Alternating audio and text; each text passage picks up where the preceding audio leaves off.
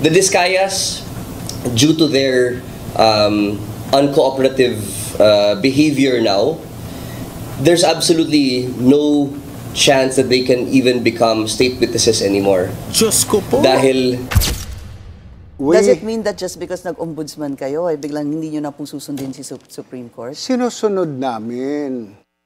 Ang problema is pabago-bago rin ang desisyon ng Supreme Court. Sometimes it's 2 years, sometimes it's 1 year. I think depending on the mood of the justices. I'm sorry to say those things. Okay. Eto na naman tayo. Magre-react tayo dito sa panibagong pautot ni Auntie Claire Castro. May bago siyang pautot. Wala namang ibang lalabas sa kanyang bibig kundi discredit ng discredit sa administrasyong Duterte. Hindi ko maintindihan kung bakit malalim ang galit nitong Auntie Claire Castro na ito sa administrasyong Duterte. Ito yung sinabi niya, mamaya i-explain ko yan, magre-react tayo sa kanyang sinabi. Kasi hindi po tayo papayag na kung ano-ano na lang mga sasabihin niya patungkol sa Duterte administration. Okay? Mamaya pag-usapan natin yan. At heto pa ang matindi. Marami po ang nagalit at marami pong nainggit dito sa TikTok ni Vice President Inday Sara Duterte na nag-costume ng isang Snow White. Ang ganda-ganda pa nga ni VP Sara, nag-Snow White siya sa isang Halloween party costume. Ayun, so nag-viral sa social media kasi alam nyo naman na itong mga kalaban ni VP Sara, walang ibang gagawin yan kundi mag-aabang lang yan ng kung anong gagawin ni VP Sara. Kanina, marami pong umiiyak kanina nung nakita nila itong Halloween costume ni VP Sara. Ang dami nilang mga banat, pero si VP Sara masayang masaya. Mamaya ipapakita ko yung video na yan kung saan si VP Sara ay sumasayaw ng Snow White costume. Mamaya Heto pa. Pag-usapan rin natin itong mga Diskaya raw. May posibilidad na maging state witness ng mag-asawang na isinantabi na ng Office of the Ombudsman. Para yatang duda ko rito parang hindi yung inaakala niyo na mastermind sa flood control project ng flood control anomaly, hindi na yun mangyayari hanggat si Bongbong Marcos ang presidente ng Pilipinas. Yung ini-expect ninyong mastermind, hindi na yun mangyayari. Duda ko rito ang Diskaya ang kanilang ididiin rito. Panoorin natin itong balita. Pakinggan natin yung balita na yan kasi po malabo na talaga na yung si Romualdez at si Zaldico na gusto nating mapanagot, makuha yung kanilang side. Malabo na yun. Sobrang labo na yun. Ito, nagsalita na itong si Martires, 'di ba? Kung matatandaan natin kung ano-anong pautot ni Rimulya. Kasi noong naging ombudsman itong si Rimulya ay sobrang toxic na po ang administrasyong Marcos. Sobrang toxic. Nagsalita na nga itong si Martires, no? Siya po ay in-interview sa yung programang On Point ni Pinky Webb, no? Patungkol dito po sa secret decision na pautot ni Rimulya. Na ito raw si Martires ay nagsi-secret decision dito sa laban doon kay Senator Joel Villanueva ba yun? May secret decision.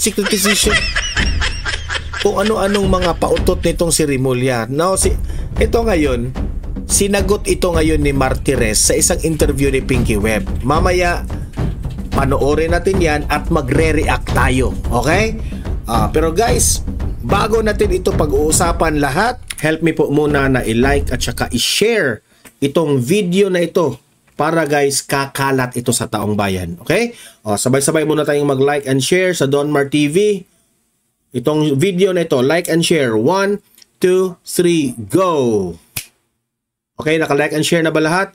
And also guys, sa mga bago pa lang dito sa aking channel, mag-subscribe na po kayo para lagi kayong updated sa ating mga balita. And at the same time, yung mga cellphone ninyo, ma-notify yan kung meron tayong breaking news, bagong uploads, o kung nagla-live ang ating channel. Ma-notify kayo lahat dyan. Kaya mahalaga po na mag-subscribe tayo sa Donmar TV. 1, 2, 3, go! Ayan, nakasubscribe na ba lahat? Okay, so ano ba ang sinabi ni Auntie Claire? Ito yung pautot niya. Sabi raw ng palasyo. Sabi ni Auntie Claire nag-iingat ang gobyernong Marcos na hindi matulad sa administrasyong Duterte. Nako po. Auntie Claire, ano bang kagaguhan na naman itong pinanggagawa mo? Well, itong babaeng ito, no, wala na talagang magawa kundi siya lang talaga ang sumisira sa reputasyon ni Marcos.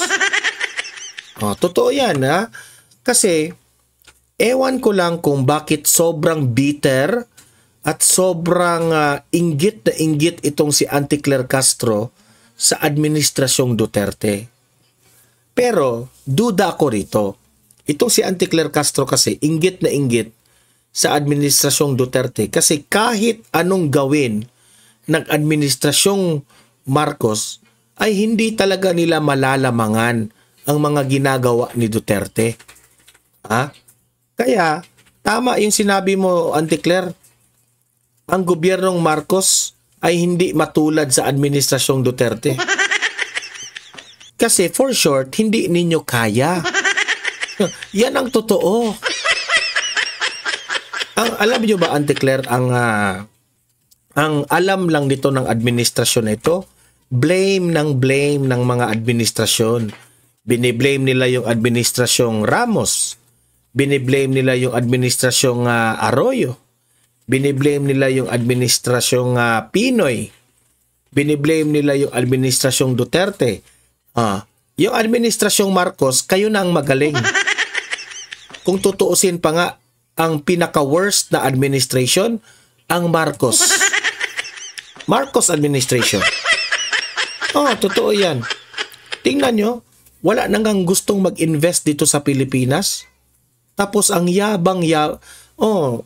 ko nga makita ang humble, ang pagiging humble nitong administrasyon na ito sasabihin pa nila, nag-iingat ang gobyernong Marcos na hindi matulad sa administrasyong Duterte. Ang yabang-yabang ninyo. Akala nyo kung gaano kayo kagaling? Sobrang palpak naman ang administrasyon ninyo. Remember that this administration sa lahat ng nagdaang administrasyon is the worst administration, the most corrupt administration ever in the history of the Philippines. Tapos ganyan ka magsalita? Auntie Claire Castro? You're such an attack dog. Kulang na lang sa iyo tali. Asong-aso ka na talaga. Magsama na kayo ni Trillanes. Sa totoo lang. Okay? Kaya, kahit anong pambi-brainwash mo sa taong bayan, Auntie Claire, walang maniniwala sa inyo. Okay? Itong mga pinagsasabi mo, nakakatawa. Kasi po, hindi po nangyayari yung mga pinangsasabi mo, Auntie Claire. Lahat po yan ay kasinungalingan at katang isip mo. Sa totoo lang, no? At dahil dyan, Auntie Claire, marami, isa na ito si Auntie Claire ang inggit na inggit kay VP Sara. Ipapakita ko sa inyo bakit kanina umiiyak itong mga loyalista at itong mga dilawan. Dahil dito sa TikTok na ito na nag-costume ng Snow White itong si Vice President Inday Sara Duterte sa isang Halloween party. Ito, panoorin natin ha. Walang music po ito kasi makaka-copyright tayo kapag mag-music tayo. Okay? Ito po. Yan. Ang daming... Ayan ang daming nainggit dito. Ang daming umiyak dito. Yan. Ulit. Diba? Si VP Sara po, minsan na lang yan na mag-costume ng ganyan. Naiinggit pa sila. Sobrang inggit nila eh. Kasi sobrang maganda. Sobrang bagay po ang kanyang costume na ginawa. Hindi kagaya nung isa doon, yung asawa ng presidente, na ang pangit-pangit ng, ayoko na sabihin. Alam niyo ba yung gasol? Alam niyo yung ano yung gasol? Parang gasol na naglalakad. Yun. Yung asawa ng bangag. Hindi tigagaya dito. Inggit na inggit sila kay VP Sara. Ayan, VP Sara. Painggitin mo yung mga kalaban. Ayan. Yung isa naman is Maleficent itong isa. Yung isa hindi ko malaman kung anong karakter ito. Pinagtawanan lang sila ni VP Sara. Ayan. Sige pa, VP Sara. Di ba? So, kanina, nag-trending ito. Inggit na inggit yung mga loyalista. Yan ang dapat sa inyo, no? Painggitin lang kayo. Lagi ninyong namimintang kayo sa confidential funds. Ito. Sige, sayo lang. Di ba? Inggit na inggit kayo. Sige. Kawawa naman yung mga loyalista at mga dilawan. Eto. Di ba? Nagkatotoo yung sinabi ko sa inyo na hanggat si Bongbong Marcos ang presidente ng Pilipinas ay wala na talaga. Walang ibang pagbibintangan kung hindi itong mga contractors. At duda ko rito, no?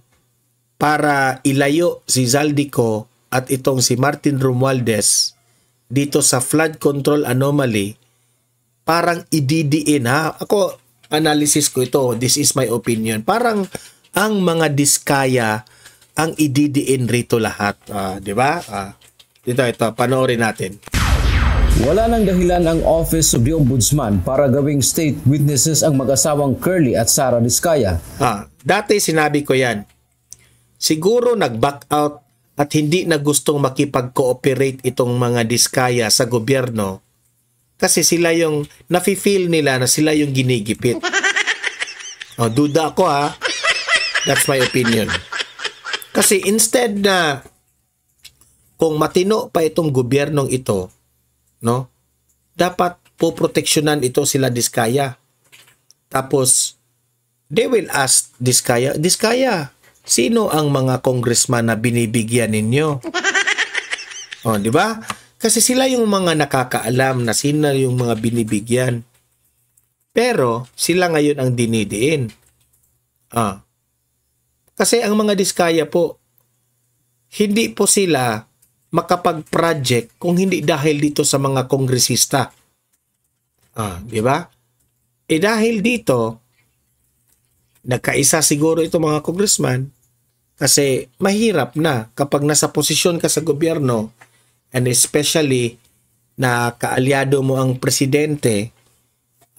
Kaya nga, para sa akin, hindi po tama na mga district engineers at mga contractors po ang makukulong rito.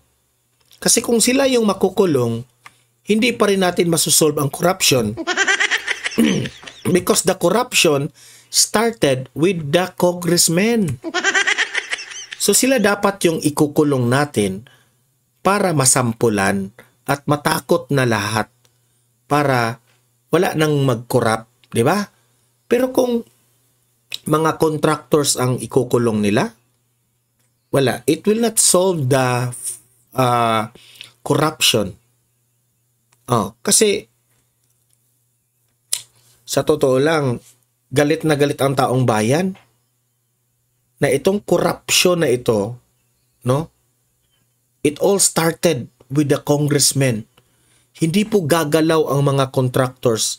Hindi po mamimigay ng pera ang mga contractors kung hindi po ito approve ng mga congressmen. Grabe, sabi ko nga, ganyan na ba ka harap-harapan na tayong binudol ng administrasyong ito? Grabe guys, sobra talagang pambubudol ang ginawa nila. Ayon kay Assistant Ombudsman Miko Clavano, ito'y dahil sa pagpapahayag ng mag-asawa na hindi na sila makikipagtulungan sa pamahalaan sa isinasagawang investigasyon sa mga flood control project. Wala rin umanong na isumiteng sinumpaang salaysay ang mag-asawa sa Department of Justice sa kabila ng ilang ulit nilang pagpunta sa tanggapan ng kagawaran. The Discayas, due to their uncooperative behavior now, there's absolutely no chance that they can even become state witnesses anymore. Diyos ko po. Dahil because of their statement that they are uncooperative, Diyos then ko they po. are deemed to be hostile witnesses. Dagdag pa ni Clavano, handa na ang ombudsman na isama sa mga ipoprosecute o usigin ang mag-asawang Diskaya kaugnay ng anomalya sa flood control projects. Kasama sa mga isasampang kaso ang malversation of public funds, falsification of public documents at iba pang mga krimen na sangkot ang mga Diskaya. Titingnan na lang anya kung magbabago ang paninindigan ng mag-asawa sa oras na sila ay makulong na. Binibitin-bitin ho tayo, tapos ngayon, completely nag-refuse na sila mag-cooperate sa gobyerno, pero wala naman silang mabuga na kahit anong tulong. So, tignan na lang ho natin. Kami, I think the office of Ewan ko lang ha kung anong plano ng mga abogado ng Diskaya. the Ombudsman is ready, willing, and capable to go after them as of now. Dante Amento, UN. Ay nako. It's very sad na marinig ng taong bayan na yung mga mastermind, wala. Safe pa rin sila. Mga Diskaya yung dinidiin. Mga Diskaya yung idinidiin. Very obvious talaga. Yun lang ang sa akin, opinion ko yan ha. Heto, makinig tayo kay Martires ha. Kasi itong si Ombudsman Remullaz ng ubod ng kaepalan, eto, ipinagtanggol ni Martires ang kanyang sarili sa mga akusasyon laban sa kanya. Ito, panoorin natin. And that term secret decision, secret ruling, it did not sit well with you. And in fact, meron din mga maanghang na salita kayong nabigkas dahil dito. What happened, sir? Was it a secret decision? There is no secret decision in the Office of the Ombudsman. There is what we call in the Ombudsman the case, complaints and case monitoring system. Di yan alam ni Remulla. CCMS. Once a complaint is filed before the Office of the Ombudsman, the Central Records Division would immediately encode that complaint into the system. And then the Remulla, complaint makinig ka Remulla. undergoes what we call the case evaluation. After the case evaluation, if the recommendation is for fact-finding investigation, it is referred to the two bureaus of the Field Investigation Office. If the recommendation is to have the case immediately subject to preliminary investigation, it is given to the Preliminary Investigation Office. It is raffled. Okay. After that, raffled. After Okay. that, raffled to a particular investigator. In the case of Joel Villanueva, at the time of Justice Carpio Morales, Justice Morales issued a decision sometime, I think, during the last week or last few days of October. She issued a decision dismissing Joel Villanueva from the service. That decision of Justice Morales, immediately Joel Villanueva, within the 10 days prescriptive period, filed this motion for reconsideration. Per the records that was given to me, Joel Villanueva received a copy of the dismissal order on November 2, 2016. On November 7, 2016, he filed his motion for reconsideration. Unknown probably to Ombudsman Morales, she did not act on that motion for reconsideration. I do not blame her for that. Because when a motion for reconsideration is filed, the Ombudsman does not know anything about it.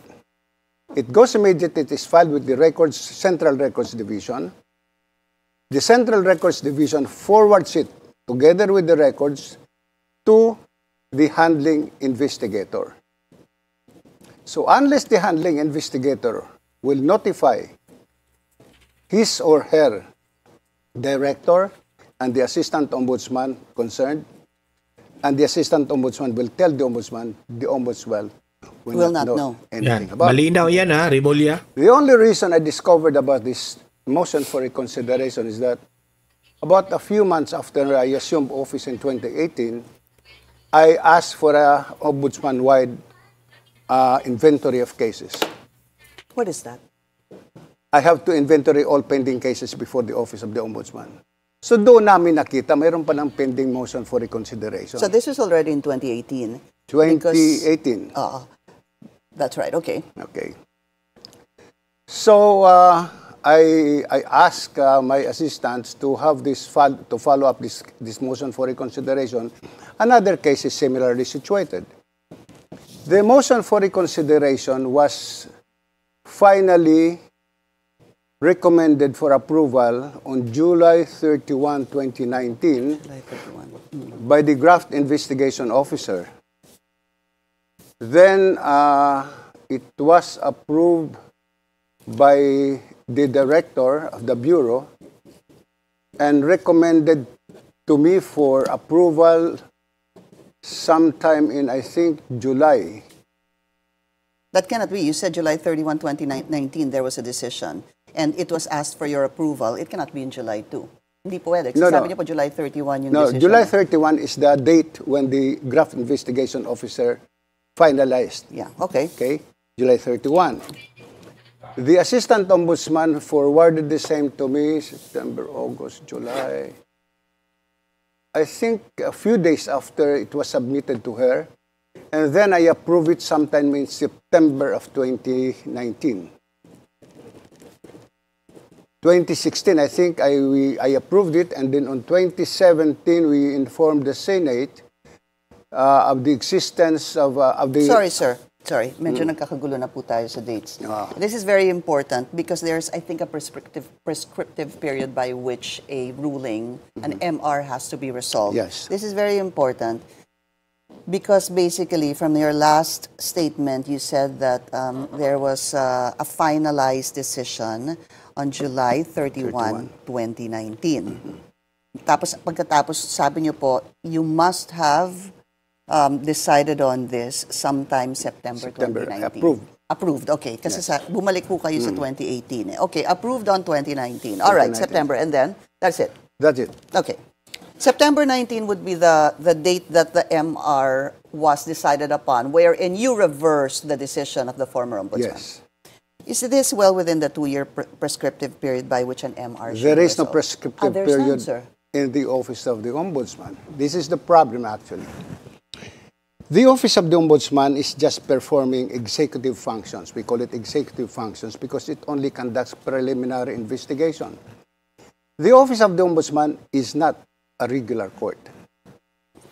The prescription of the Constitution that cases must be decided, speedy disposition of cases must be decided, refers to cases pending before the courts. And this is not a court. The ombudsman, The ombudsman is not is a a court. court. Okay. The ombudsman is just like the prosecutors of the Department of Justice. Okay. The one who said it should be decided within 2 years is not the law. It is the Supreme Court and its decision.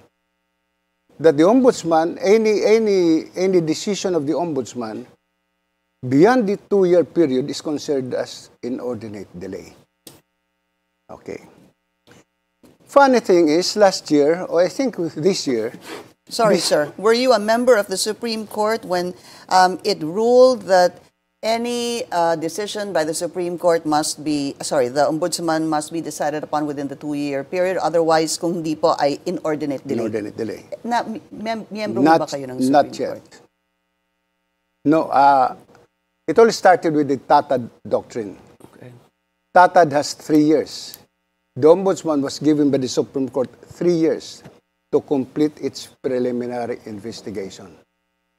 Then, in Kagang, I think, I was member of the court, but I refused to sign. I think it went to 2 years. Okay.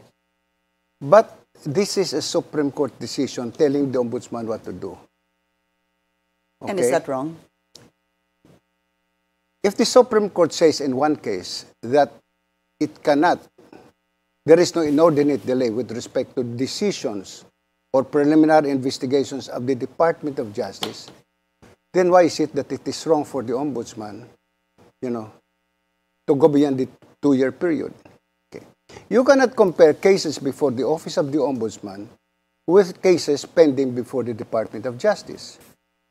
The Department of Justice, they have murder cases, homicide, staffa. At best or at most, they will be having only about 10 or 20 documents.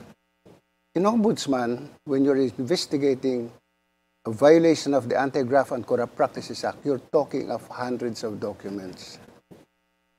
And a prosecutor is not focused on that particular case. He has other assigned cases. Take the case of family.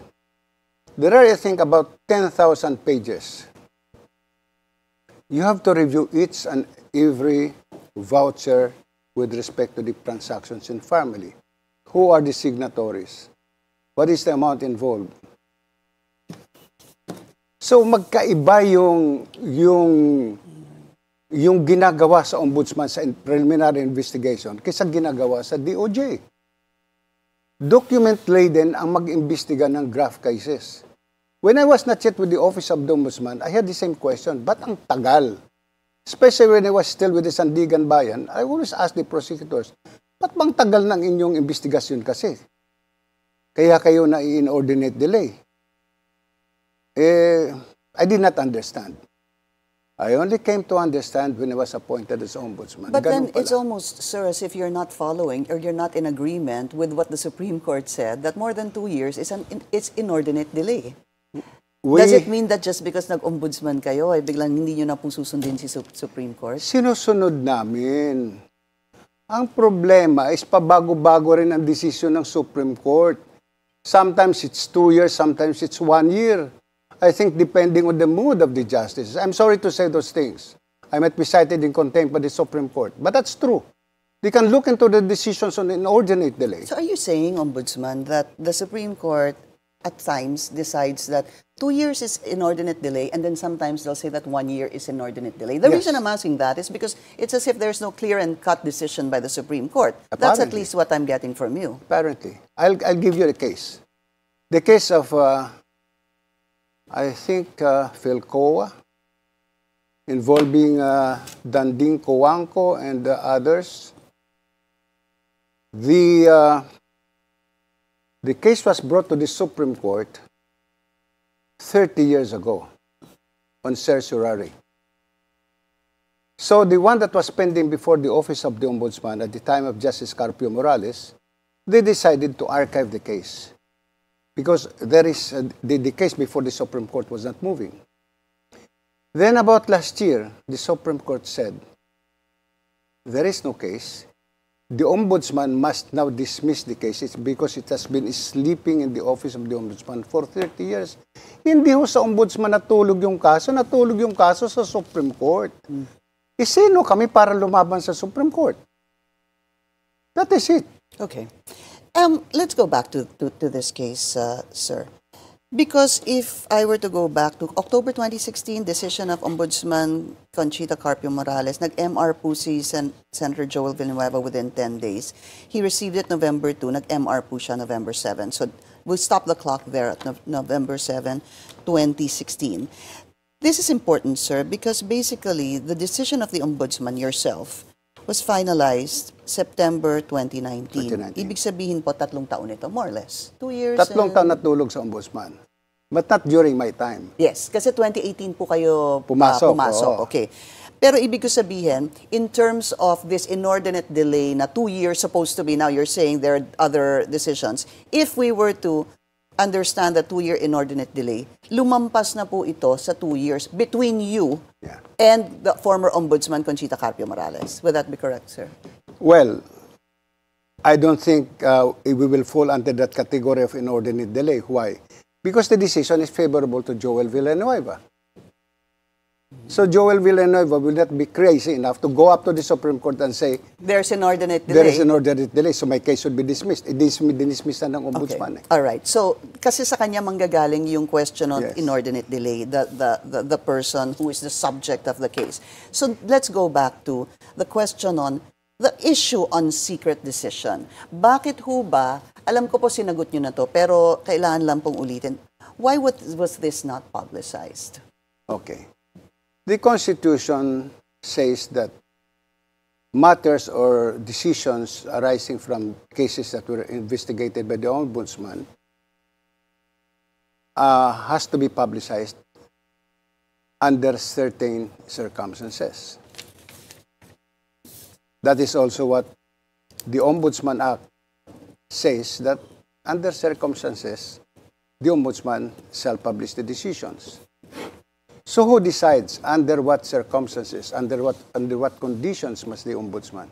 So meaning to say, this is the discretion of the Ombudsman when he is going to publish a particular decision. Why did you decide not to publish it? Well, I really don't know why I did not decide to have it published. That's about 9 years ago. I really can't remember why, but there must have been some reason why I did not have it published, because I never really have any decision published, and these reporters would ask me about a particular case, and kasi minsan mga reporter may mga tips sila eh. Justice, tapos na ang decision sa ganito. So I will check, and sasabihin nila, can we have a copy of the decision? I will ask the Media Bureau, give them a copy of the decision. But this is a high-profile case, sir. You obviously know that. Ibabalik po yung tanong sa inyo na ombudsman kayo eh. Tanod bayan kayo eh. Kayo dapat ang nag-check ng corruption dito po sa mga elected officials. This is a case supposedly of the PDAF scam, not supposedly, it's the PDAF scam, it's a pork barrel scam to the tune of 10 million pesos that was supposedly, well, hindi po nagamit sa tama. In the same manner that the corruption scandal, the flood control scandal is taking center stage right now. In other words, Ombudsman, it's a big case. It's Joel Villanueva. It's Senator Joel Villanueva. Why didn't you just publicize it? Because pag kayo po ay natanggal na doon, magtataka din po, didn't you think this was going to happen? Na bigla na lang po, sandali lang, ba't kaya hindi sinabi ni Ombudsman Samuel Martires na na-reverse na yung decision kay Senator Joel Villanueva? I really don't know the reasons why I did not have it published. But siguro naging ugali ko na hindi ako mahilig mag-publish ng mga decisions ko. Probably that's my temperament as a former member of the judiciary. But looking back, I don't think there is a necessity to publish this. Because, you know, the critics of Joel Villanueva will not really believe the defenses of Joel Villanueva. In much the same way that Justice Carpio Morales also did not believe in the defenses of Joel Villanueva. He raised two defenses. One, the Signature. signature is forged, and the other one is he is not a member of the Buhay Party list. Paano namin kukontrahin yung findings ng question documents of the National Bureau of Investigation? The National Bureau of Investigation says the signatures are not similar. It's forged. Do I have to hire an expert to just say that is not a forged signature? This is no longer prosecution. This is persecution. All right. And, Ombudsman, we just need to take a very short break. We'll be right back.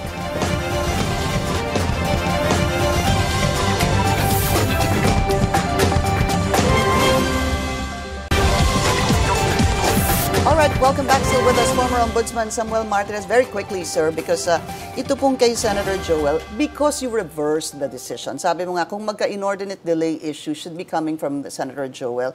But wasn't that, wasn't that a disservice to two segments? One, to Senator Joel Villanueva, because you could have easily said that, tapos na yung kasong yan, binaliktad ko na, at yun po kahit papano makakatulong or hindi sa kanya.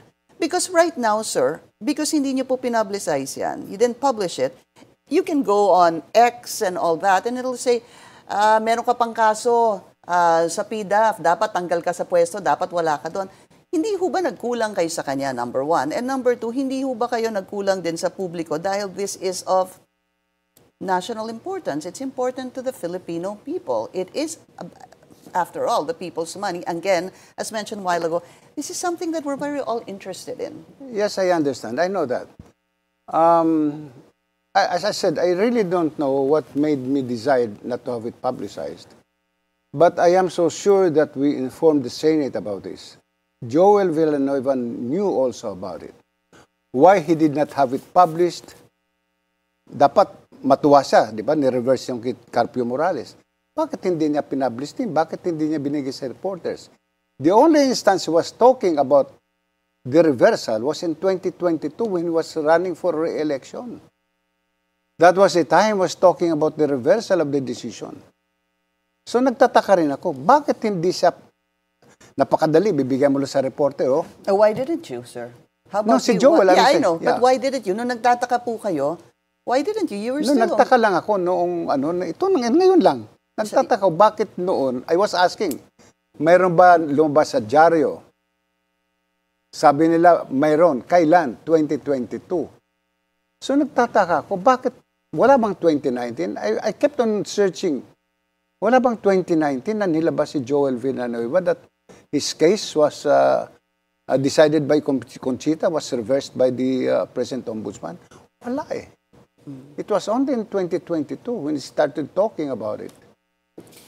Did you think, sir, that there's a lot, I guess, that has come out since your retirement, di ho ba? You retired July 27.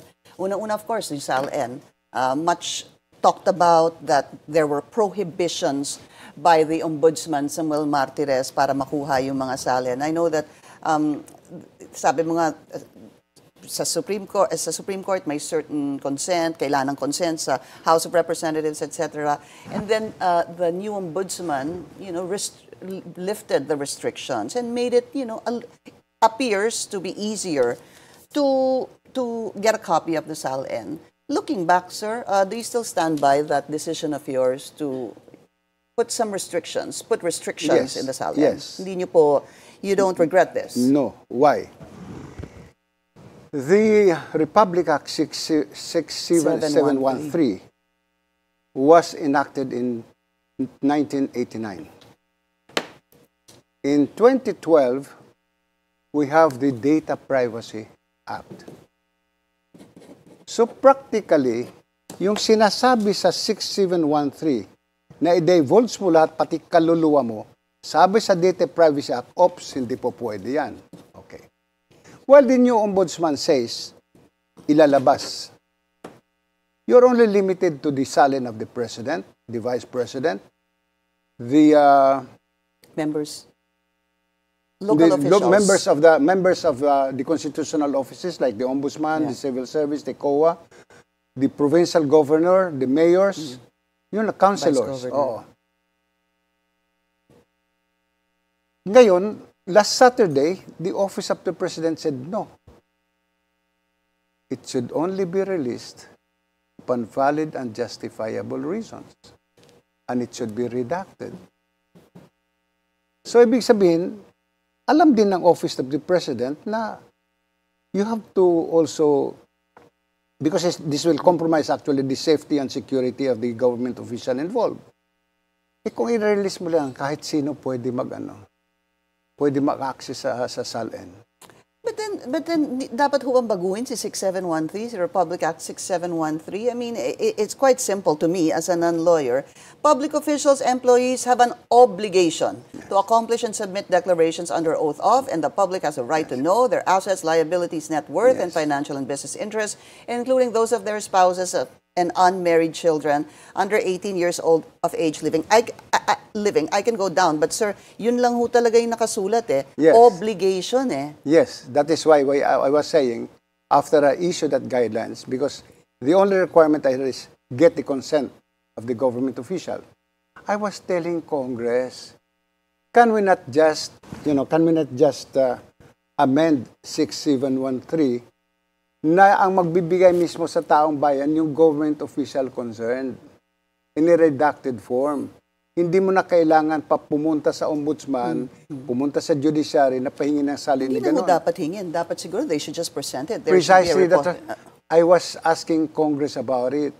And what did they say? Siyempre, they have to protect themselves also. Okay, do you think that their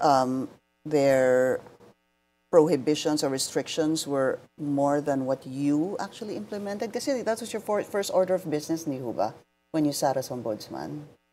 Marami naman. But yes, with respect to the SALN, yes. Yeah.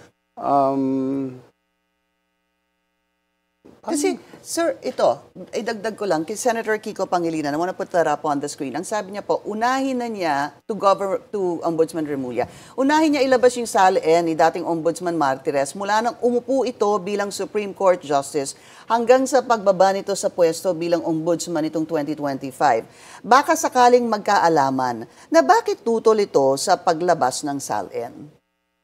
hindi ako tutol sa paglabas ng SALN. Kasi hindi lang mga may tutol eh. Nakalimutan ni Senator Pangilinan na siya sa Senado. At sila mismo sa Senado ay may sariling guidelines na hindi mo pwede ilabas ang SALN ng isang senador kung walang consent yung senador. Diba? Kailangan may consent bawat isa eh. This is the requirement actually of the Data Privacy Act. That's why I was surprised when he said that. As a senator, he should know the laws.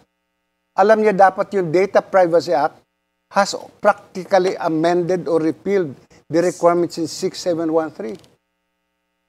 Ano bang ginawa kong anomalya? Had he said only na dapat ilabas yung SALN ko, period, okay sa akin. The problem is he went further para magkaalaman. E di sabihin niya, kung mayroon akong ginang anomalya, di kaksawahan niya ako. Why did he also just file a SALN of 23 million? Is that believable? Why didn't he let his wife, Sharon Cuneta, join or state his assets and liabilities in his SALN? So that's questionable to you? Yes, because the requirement of 6713 is joint. Whether your wife is in the government or not. Marami ho akong kaibigan, marami ho akong empleyado sa ombudsman o sa ibang ahensya ng mga asawa na sa private pero sinasama yung income ng asawa sa kanilang sa kanilang declaration of assets and liabilities. Bakit siya hindi? Nakatingin ba sa ibang direksyon? He is the one violating 6713 actually, not me. Wala akong tinatago. Is your SALN readily available, Ombudsman? Or kailangan ho bang hingin ng consent ninyo para ibigay nyo? Or are you ready to just I can show forward your I can SALN? show it as long as you will promise that you will have it publicized. And it will be redacted with respect to the address and everything. I can account for all my money that I have, and the reason why I issued actually that guideline, that memorandum order number 1 is because I gave to the media my exit SALN sa Supreme Court and by entry salin sa ombudsman. Siyempre, nung ako'y mag-retire sa Supreme Court, wala pa ako natatanggap na pension. Pagpasok ko sa ombudsman, natanggap ko na yung 5-year pension ko. So talagang tumaas yung salin ko. Sabi ng Philippine Star, ombudsman richer by an X amount in 5 months. Para bang nangurakot ako every month for an X amount. That's not good. So yan ang sinasabi ko, we need to be nice. You try to destroy a public official or employee. Would you be able to tell us how much you're worth, sir? What is your net worth? Now, I really don't know. I forgot. One question, sir. Siguro one more topic, no? There's been also this order for dalawa po what I'm reading. A total of 204 hires in the Office of the Ombudsman are being asked to apply. Otherwise, they will be considered midnight appointees. Ang sabi po ni Ombudsman Remulla, you don't want to be arriving in a place, then all the empty seats you expected for your companions were suddenly filled up. Diretsuhan ng tanong na po, kayo ho ba bago umalis sa Office of Ombudsman, ay nagpasok ho kayo talaga ng daan-daan, lagyan na natin sa 200 or 300 people to fill up these positions? This is what actually happened, okay? We were filling up vacancies. As we were always the subject of an audit observation memorandum by COA, na maraming bakante sa ombudsman hindi namin finifilapan. So we started filling up vacancies slowly. Okay. Then, in 2023, I, together with the deputies, decided, or I myself decided, to merge the Field Investigation Office and the Preliminary Investigation Office to speed up the investigation of cases because of this inordinate delay issue. So 2024, August of 2024, I requested the Department of Budget and Management for the creation of 60 lawyer positions from Draft Investigation Officer 1 to 4. Okay. It was approved. Okay. When it was approved by the Department of Budget and Management, immediately we asked the Civil Service Commission that it be published. So we had it published. But before that, the Department of Budget and Management gave us this Notice of Organization and Staffing Pattern, the NOSCA, in January of 2025. We started, what is this? Publicizing the hiring, the vacancies. There were, I think, about 2,000 plus applicants for the 60 lawyer positions. So personnel has to go over each and every application if the documents are complete. Doon pa lang sa Draft Investigation Officer 1, there were about 300 applicants. So I asked the panel who were interviewing these applicants, I said, do not anymore conduct a panel interview. Mag one-on-one na lang kayo para mabilis. Okay. In short, naabutan ito lahat hanggang sa malapit ako magtapos. Dahil nag-one-on-one? Dahil nag-one-on-one, tapos naipirmahan ko ng July. All these appointments are approved by the Civil Service Commission. Now, the term midnight appointees is misplaced. There is no midnight appointee in the Office of the Ombudsman. The term midnight appointee only refers to appointees in the Office of the President or in any of the political offices, not in regular government offices. Now, I throw back the question again to Ombudsman Remulla. Before he also left the Department of Justice, he recommended to the President his own men to be appointed as prosecutors. Is that midnight appointment? I don't think so. Okay. I mean, in fairness to him, it's the President who appoints. But he was the one who recommended. Alam na niya ma-appoint siya eh. So, bakit ba yung gawain mo pwede sa'yo, ako hindi ako pwede? Yan ang lagi kong tanong eh. Bakit tama sa'yo, sa akin mali? Alright. Ombudsman, unfortunately, naubos na po yung ating oras. We've run out of time. I wish to have another time to speak to So, ayan po narinig po natin kay Martires. Malinaw yung kanyang explanation doon sa secret decision na yun, no? na 2019 pa yon sa panahon ni Carpio, bakit hindi yun na-release? Then sa 2022. Okay, kayo nang humusga. Mag-comment, mag-react po. At ilatag nyo ang inyong argumento sa comment section. Usap-usap tayo sa comment section. Paki-like at saka paki-share itong ating video para kakalat ito sa taong bayan. And sa mga first time lang dito sa aking channel sa Don Mar TV, mag-subscribe na po kayo. Libre lang po ang mag-subscribe, walang bayad yan. Updated pa kayo sa ating mga balita. See you in my next video. Have a great day, have a great night. God bless po sa ating lahat. Mabuhay ang Pilipinas and God save the Philippines. Bye-bye.